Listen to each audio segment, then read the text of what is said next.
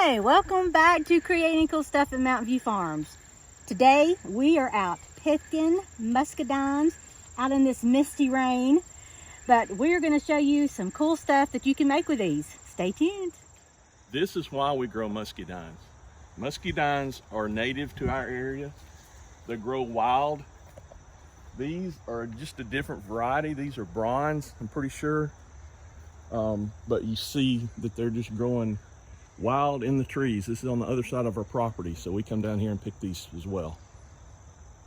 And we've already been picking, but you can see they're growing all up in there. See if I can zoom in just a little bit.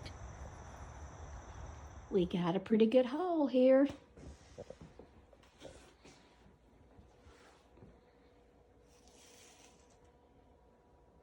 Yum.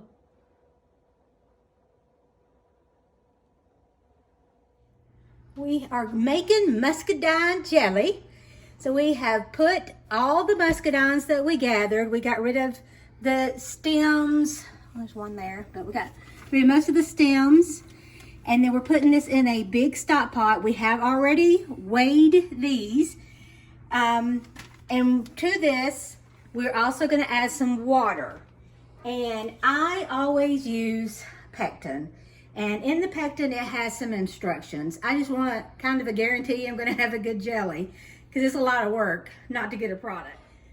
So for every 3 to 3.5 pounds of either grapes or muscadines, you are gonna put 1.5 cups of water.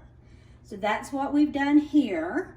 And then after it gets to going, you're gonna put it on medium heat, medium to low.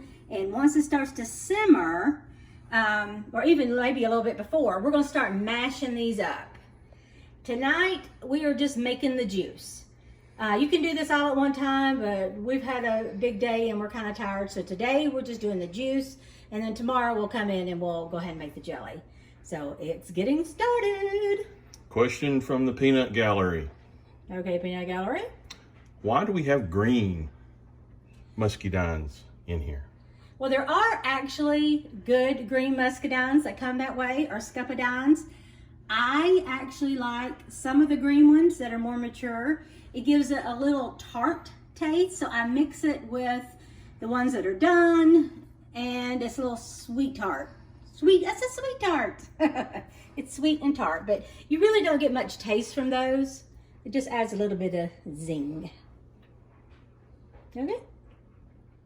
Once your muscadines come to a boil, you're gonna continue to mash them up until basically they're all mashed.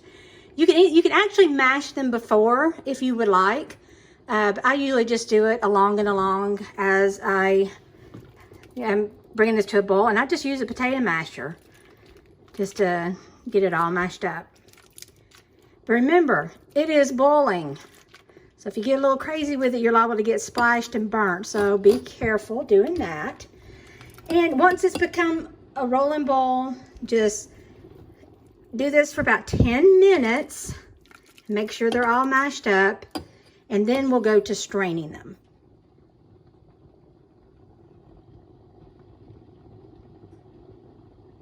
Typically at this stage, when it's cooled just a little, not much, but it's ready to be drained, I will get a strainer and put some cheesecloth on it or some coffee filters. I've used that before, and strain out all the pulp and the seeds, or the outside shell, if you call it that. And then you're just left with juice. My husband has come up with the idea of using the tomato press that we have used in the past to do tomatoes. So we're gonna give that a try. Again, this is not required. The method of just draining it with some cheesecloth or your coffee filter works perfectly fine, but hopefully this will work too. Might be a little quicker. It might get a little more of the juice out.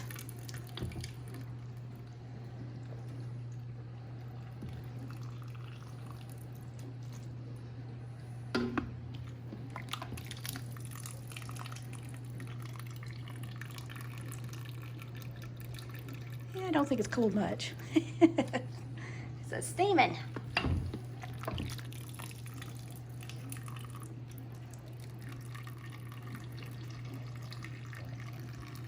I wouldn't put my hand in it.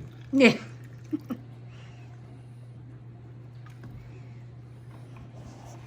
Oops, sorry. Oh, action's over here. Oh, that's true. Look at there. And then the remnants will be coming out here.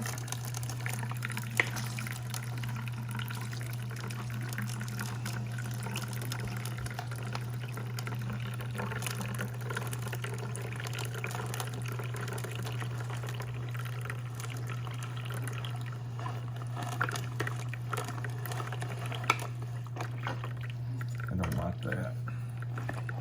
I have to go to a finer strain. We'll see.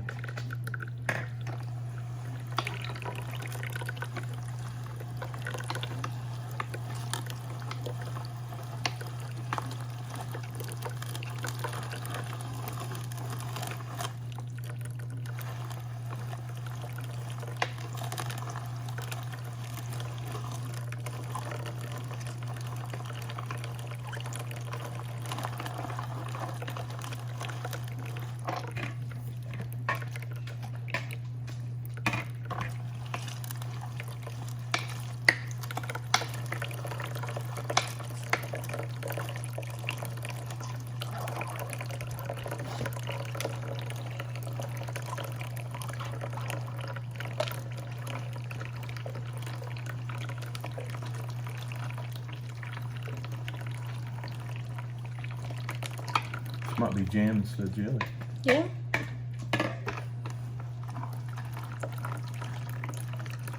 I'll be okay with that.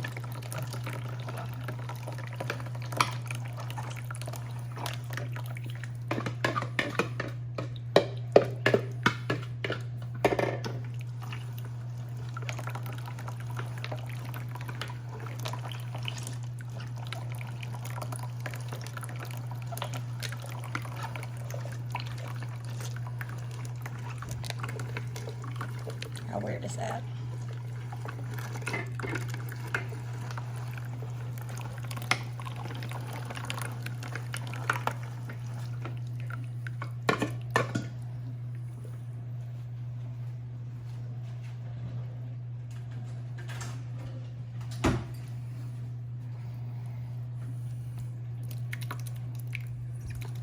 Yumness.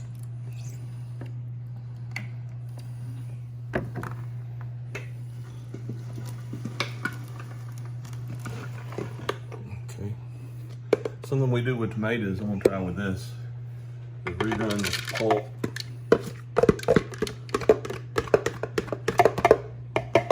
See if we can get any more of the goodie out.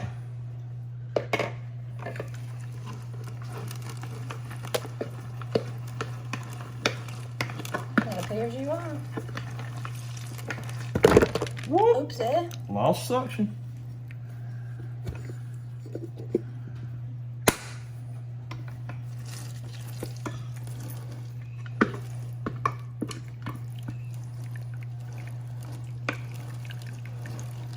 That's definitely worthwhile.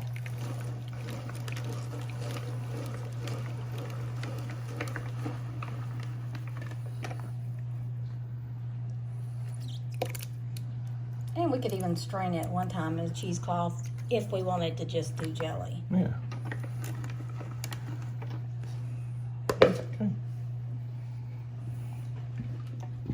So we're going to keep this process going, and we'll show you what it looks like in the end. Hey everybody, welcome back to Creating Cool Stuff in Mountain View Farms.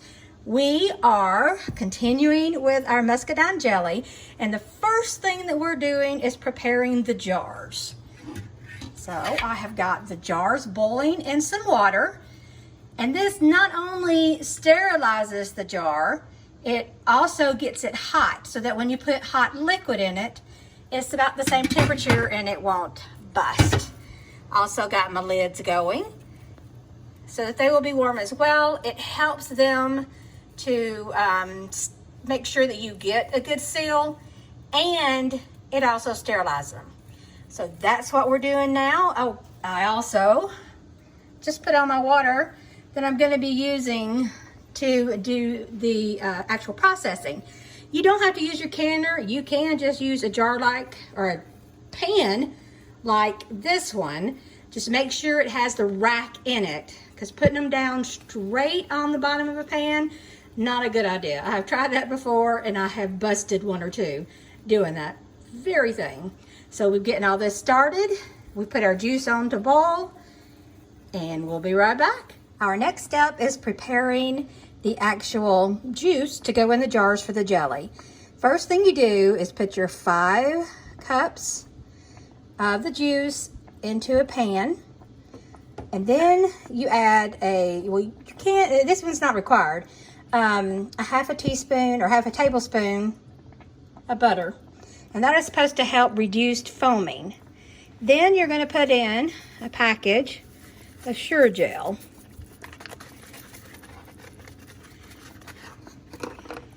Stir all that up.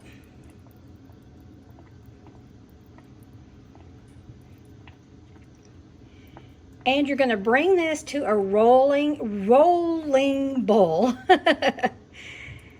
Once it comes to a boil, stirring the whole time because you got it on high, you're going to add your 7 cups of sugar. And then you keep stirring on high until that comes back to a rolling boil. Good grief, I can't say that today. A rolling boil. And then you keep it boiling for a minute. And then once it has done that, then you turn it off and you're ready to put it in your warmed jars. The muscadine juice and pectin with that half a tablespoon of butter or margarine, margarine in my case on this one, is now boiling. Now I need to add 7 cups of sugar. You can add a little less sugar if you're one that doesn't like it with a lot of sugar in it. But going by the recipe, it is 7 cups of sugar. So I'm going to get that added. And I just dumped my sugar into a bowl, so it'd be easier just to dip and pour.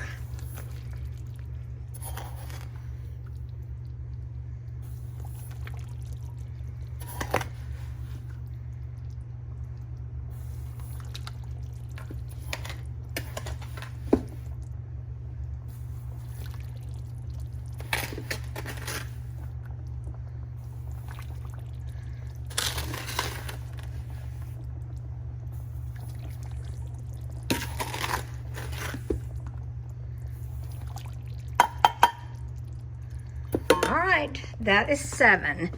Now we're going to stir all that in.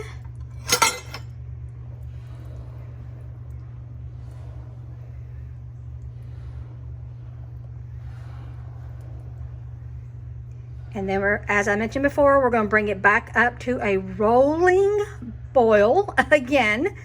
And once it starts boiling, we'll let it boil for 1 minute, and then we will start putting it in our warmed up jars.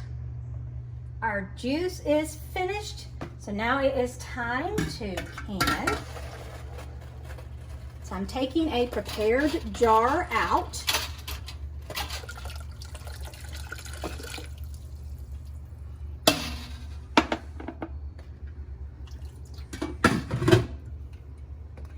Like it. That. And then we're going to put hot juice in there. Now you see it's got some film. That's okay, we can skim some of that film off.